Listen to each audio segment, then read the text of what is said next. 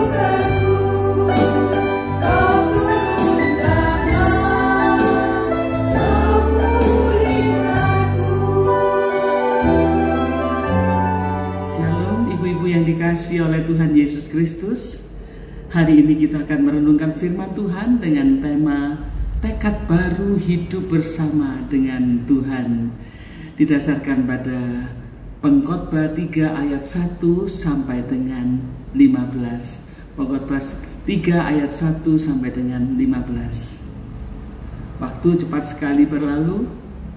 Baru saja kita memberi salam selamat Natal, selamat memasuki tahun yang baru, dan sekarang kita tiba pada minggu terakhir bulan Januari tahun 2025. Nah, jika kita membiarkan waktu berlalu demikian saja, kita akan mendapati diri kita tidak mengalami perubahan apa-apa, tidak ada peningkatan atau kemajuan apa-apa di dalam hidup kita. Mari kita membaca Pengkhotbah 3 ayat 1 sampai dengan 15. Untuk segala sesuatu ada masanya, untuk apapun di bawah langit ada waktunya. Ada waktu untuk lahir, ada waktu untuk meninggal. Ada waktu untuk menanam, ada waktu untuk mencabut yang ditanam. Ada waktu untuk membunuh, ada waktu untuk menyembuhkan. Ada waktu untuk merombak, ada waktu untuk membangun. Ada waktu untuk menangis, ada waktu untuk tertawa. Ada waktu untuk meratap, ada waktu untuk menari. Ada waktu untuk membuang batu, ada waktu untuk mengumpulkan batu. Ada waktu untuk memeluk, ada waktu untuk menahan diri dari memeluk. Ada waktu untuk mencari, ada waktu untuk membiarkan rugi. Ada waktu untuk menyimpan, ada waktu untuk membuang. Ada waktu untuk merobek, ada waktu untuk menjahit. Ada waktu untuk berdiam diri, ada waktu untuk berbicara. Ada waktu untuk mengasihi, ada waktu untuk membenci. Ada waktu untuk perang, ada waktu untuk damai. Apakah untung pekerja dari yang dikerjakannya dengan berjerih payah? Aku telah melihat pekerjaan yang diberikan Allah kepada anak-anak manusia untuk melelahkan dirinya. Ia membuat segala sesuatu indah pada waktunya. Bahkan ia memberikan kekekalan dalam hati mereka. Tetapi manusia tidak dapat menyelami pekerjaan yang dilakukan Allah dari awal sampai akhir. Aku tahu bahwa untuk mereka tak ada yang lebih baik daripada bersuka-suka dan menikmati kesenangan dalam hidup mereka. Dan bahwa setiap orang dapat makan, minum, dan menikmati kesenangan dalam segala jerih payahnya, itu juga adalah pemberian Allah. Aku tahu bahwa segala sesuatu yang dilakukan Allah akan tetap ada untuk selamanya. Itu tak dapat ditambah dan tak dapat dikurangi. Allah berbuat demikian supaya manusia takut akan Dia. Yang sekarang ada, dulu sudah ada, dan yang akan ada sudah lama ada, dan Allah mencari yang sudah lalu. Ibu yang dikasih oleh Tuhan Yesus, dari 15 ayat yang kita baca, intinya adalah bahwa segala sesuatu ada waktunya. Ada waktunya kita menangis, tetapi tidak semua waktu kita harus menangis terus. Ada waktunya kita tidak menangis, tetapi kita tertawa. Kita harus memiliki kebijaksanaan untuk mengerti waktu untuk apakah saat ini. Kalau kita salah waktu, maka kita akan menghadapi masalah. Tetapi kalau kita melakukan sesuatu tepat waktu, maka kita akan berhasil dan bersukacita. Contohnya tentu banyak sekali. Tapi untuk kalangan perempuan, ini tentu contoh yang satu ini tentu bisa kita pahami dengan baik. Kalau kita salah waktu, hamil sebelum menikah, hamil sebelum waktunya, tentu kita akan mengalami duka cita, kebingungan, rasa malu yang begitu besar. Kita menghadapi masalah ketika kita hamil bukan pada waktunya. Tetapi kalau hamil pada waktunya, yaitu setelah kita menikah, maka kehamilan itu akan mendatangkan sukacita yang besar, bukan hanya pada diri kita sendiri, tetapi juga pada keluarga besar. Oleh karena itu, marilah kita bijak melangkah, melakukan sesuatu tepat waktu. Inti berita pengkhotbah 3 ini adalah kita harus mengerti dan bertindak sesuai dengan waktunya. Nah, masih di bulan pertama tahun 2025 ini, marilah kita mengevaluasi diri kita, hal-hal apa yang perlu ditingkatkan dalam hidup kita sebagai anak-anak Tuhan sebelum waktunya terus berlalu dan kita mengakhiri tahun 2025 masih tetap sama.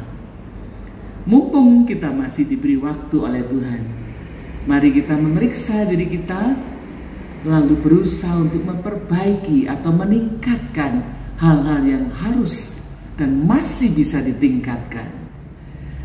Yang pertama, sebagai anak-anak Tuhan, kita harus memperhatikan hubungan kita dengan Tuhan. Tuhan adalah sumber hidup kita. Karena itu hubungan dengan Tuhan adalah hal yang paling utama untuk kita perhatikan. Tahun ini waktunya untuk melakukan apa kepada Tuhan. Tahun ini kita harus lakukan apa untuk Tuhan. Apakah kita harus menjalin hubungan lebih dalam melalui doa? Karena tahun lalu seringkali kita kurang doa. Apakah ini waktunya untuk mulai memperdalam firman Tuhan, memulai mengarahkan hati kita untuk menyembah Tuhan dengan sungguh-sungguh? Apakah ini saatnya bagi kita untuk menambah waktu untuk melayani Tuhan? Karena anak-anak kita sudah mandiri. Dulu kita sangat sibuk, harus mengurus segala sesuatu untuk anak-anak kita. Tetapi sekarang anak kita sudah kuliah di luar kota. Kita mempunyai lebih banyak waktu luang. Apakah ini waktunya bagi kita untuk memberi waktu lebih banyak melayani Tuhan? Apakah ini waktunya bagi kita untuk meninggalkan kebiasaan-kebiasaan buruk yang mendukakan hati Tuhan? Apakah ini saatnya bagi kita untuk meningkatkan kepekaan terhadap suara Tuhan melalui doa, melalui puasa, melalui perenungan firman Tuhan? Apakah ini waktunya bagi kita untuk membereskan hati kita dari luka batin yang sudah lama belum disembuhkan, dari kebencian, dari permusuhan yang begitu lama mengakar dalam hati kita? Untuk apa waktu yang Tuhan berikan pada kita saat ini? Marilah kita masing-masing meminta hikmat dari Tuhan, supaya kita mengerti apa yang harus kita lakukan segera di tahun ini dalam hubungannya dengan Tuhan Allah kita, di dalam nama Tuhan Yesus Kristus. Ingat, jangan santai-santai saja lalu terkejut ketika waktunya habis.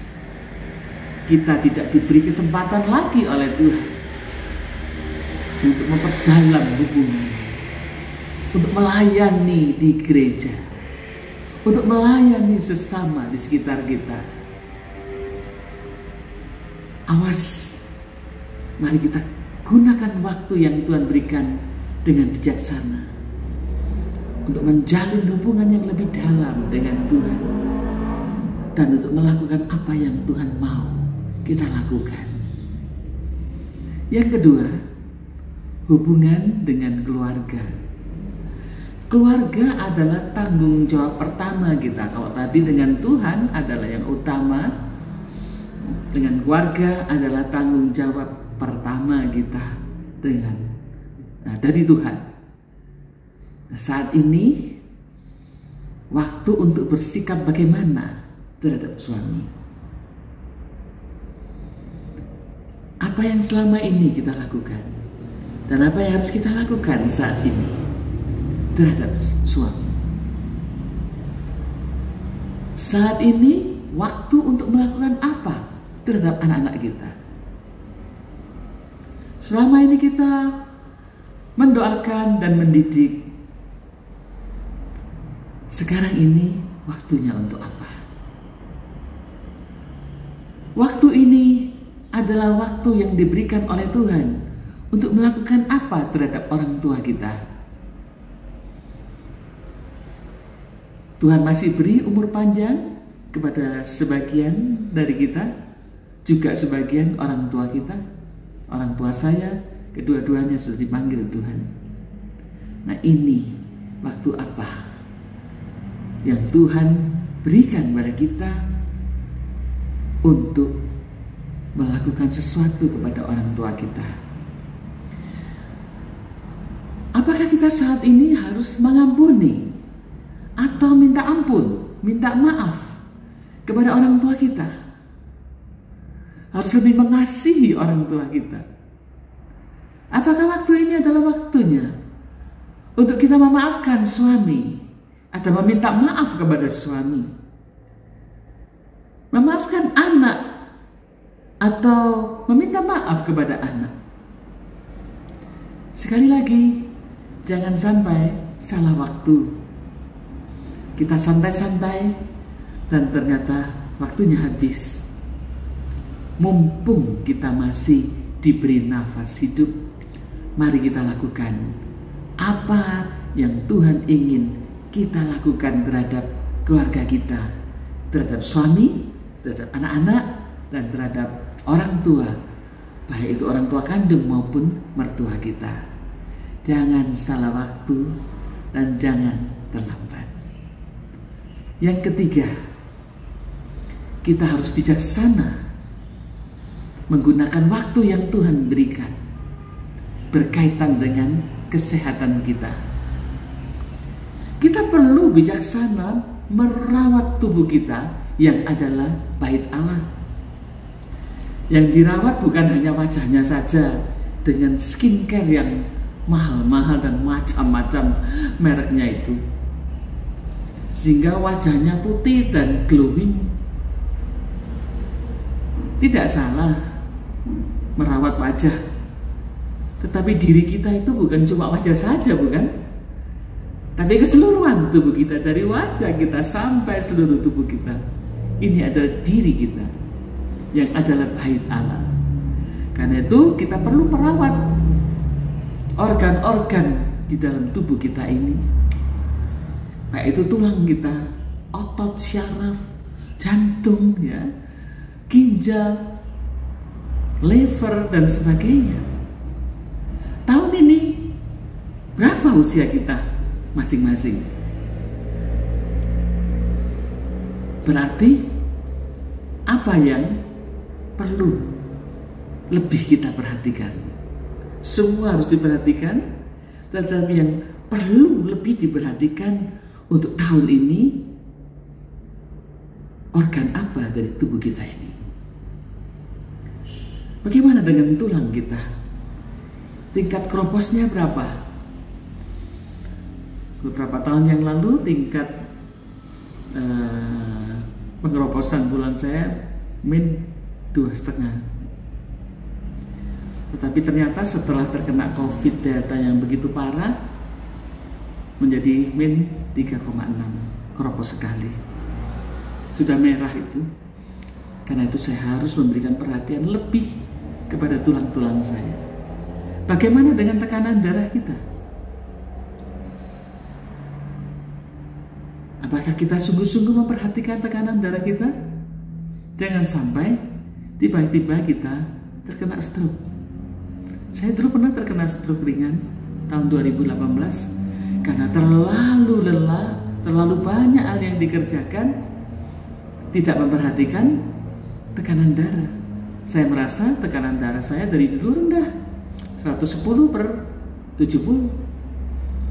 Tetapi sebulan itu begitu sibuknya, dan saya tidak memperhatikan tekanan darah, tiba-tiba saja saya mengalami stroke ringan.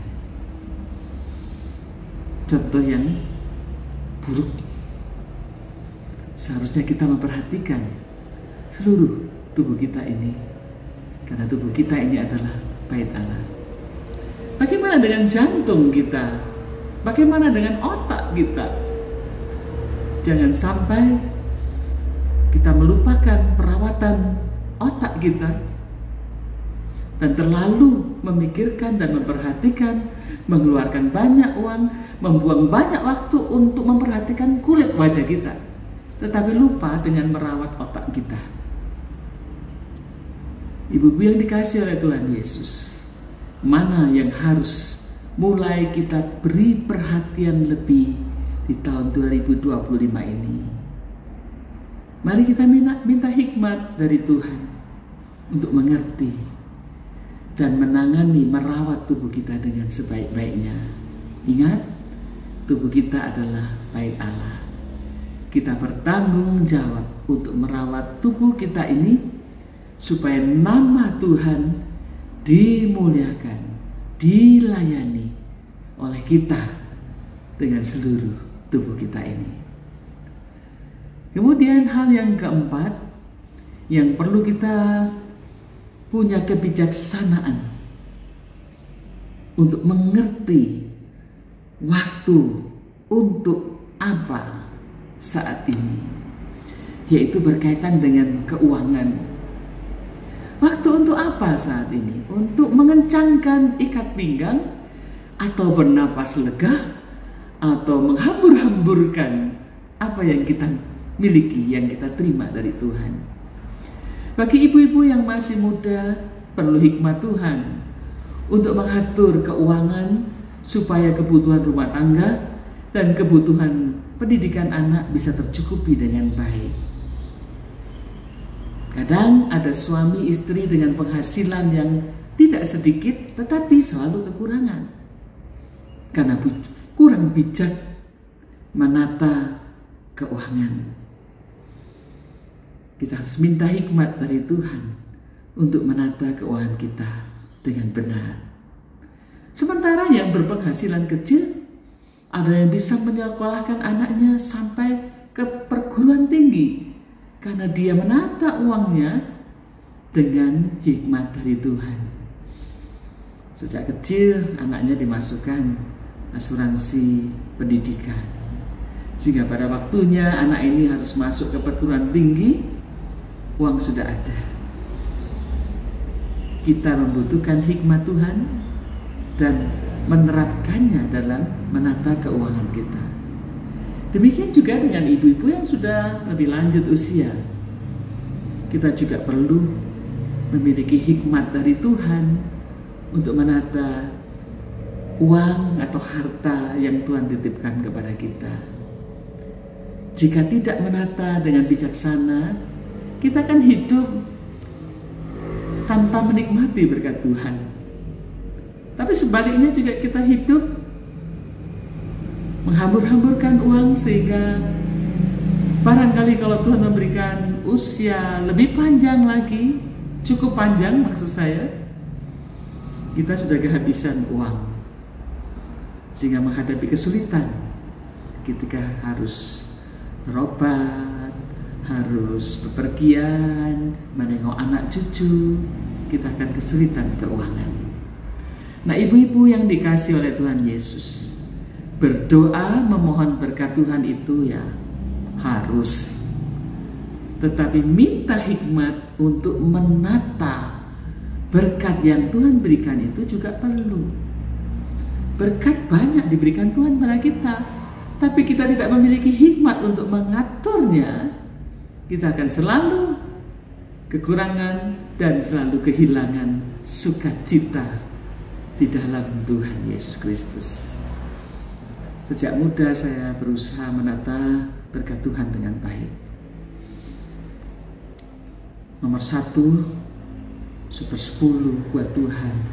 Nomor 2, berterima kasih kepada orang tua saya. Nomor 3, menabung.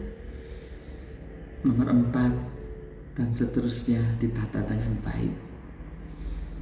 Jadi Tuhan nomor 1, nomor 2 orang tua saya, nomor 3 menabung. Bagaimanapun besar atau kecilnya berkat yang kita terima dari Tuhan, kita bisa menabungnya. Kalau kita mengikuti perasaan tidak cukup, tidak akan pernah cukup dan tidak akan pernah bisa menabung. Bagi saya, nomor 1 Tuhan harus, nomor 2 orang tua harus, nomor 3 menabung harus. Yang lainnya diminimalkan. Makan yang penting makanan yang sehat, bukan yang mewah-mewah. Pakaian yang penting pantas dipakai, pantas dengan kulitnya. Tidak harus yang mahal, bermerek dan baru. Saya punya banyak jas, puluhan jas ketika saya masih aktif sebagai gembala jemaat. Tetapi tidak semua jas yang saya miliki jas baru. Ketika saya jalan-jalan, pelayanan ke Jakarta, pulangnya jalan-jalan, saya beli jas-jas bekas dengan harga 50.000, 75.000, yang kalau beli baru mungkin harganya 750.000. Tapi bagi saya cocok di badan, manis dilihat. Bagi saya mungkin seperti karena tubuh saya besar, jadi gagah dilihatnya, cakep. Ya saya beli. Setelah itu dilaundrykan dulu, baru dipakai. Menata keuangan dengan bijaksana, sehingga ketika saya pensiun, saya tidak menjadi seorang yang berkekurangan, yang harus minta belas kasihan sana dan sini.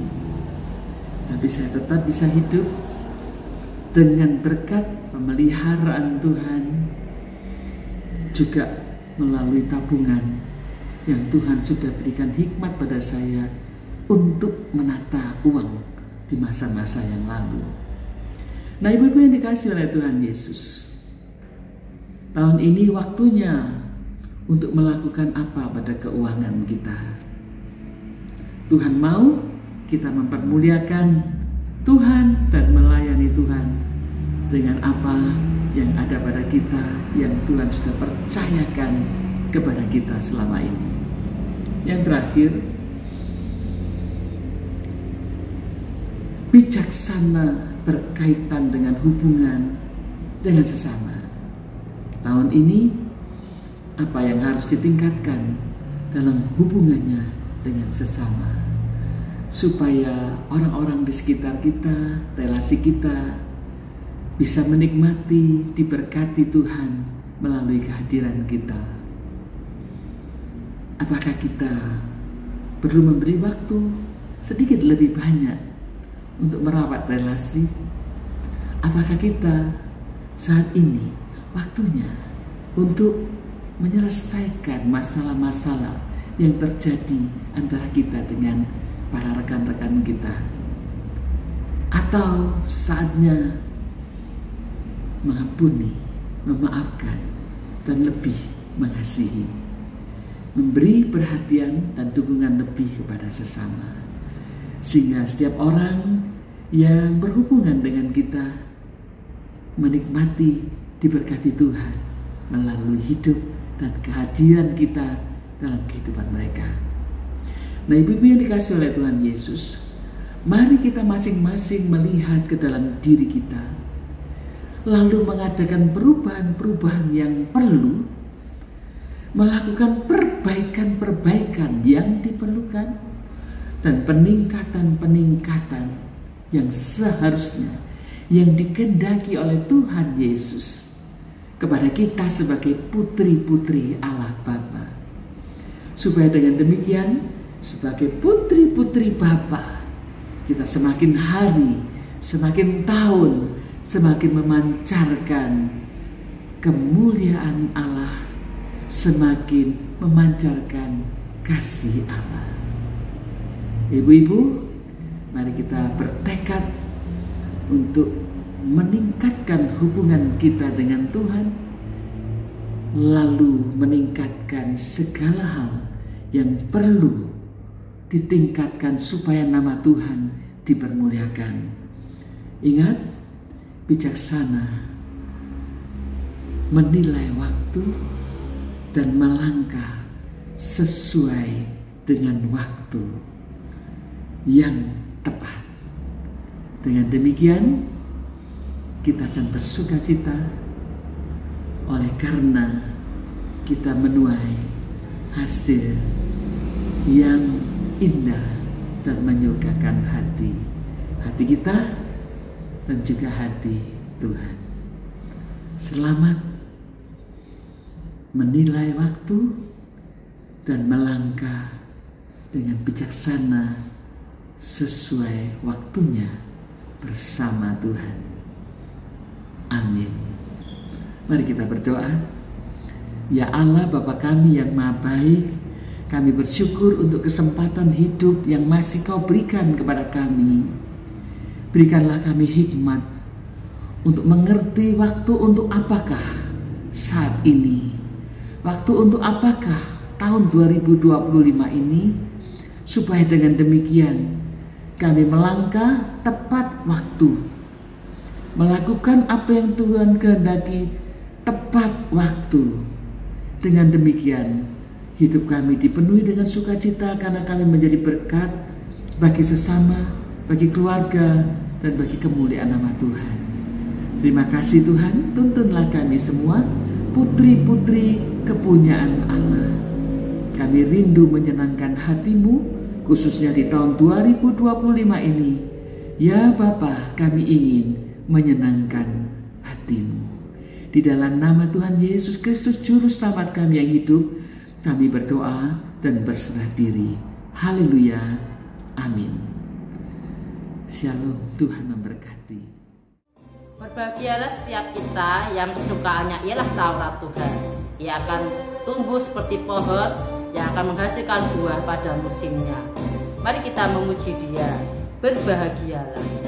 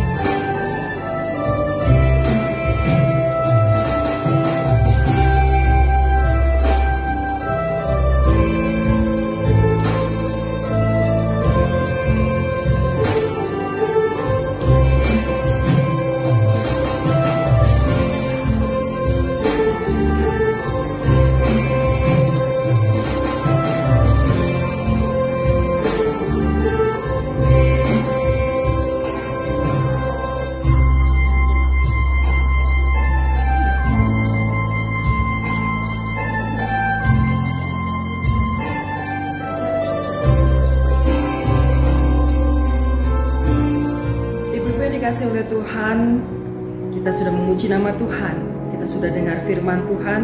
Saya mengajak kita sekarang, kita mau datang kepada Tuhan di dalam doa, mengucap syukur untuk segala karya Tuhan, pemeliharaan Tuhan Yesus di dalam kehidupan kami. Hari demi hari, usaha pekerjaan kami Engkau pelihara, Engkau berkati.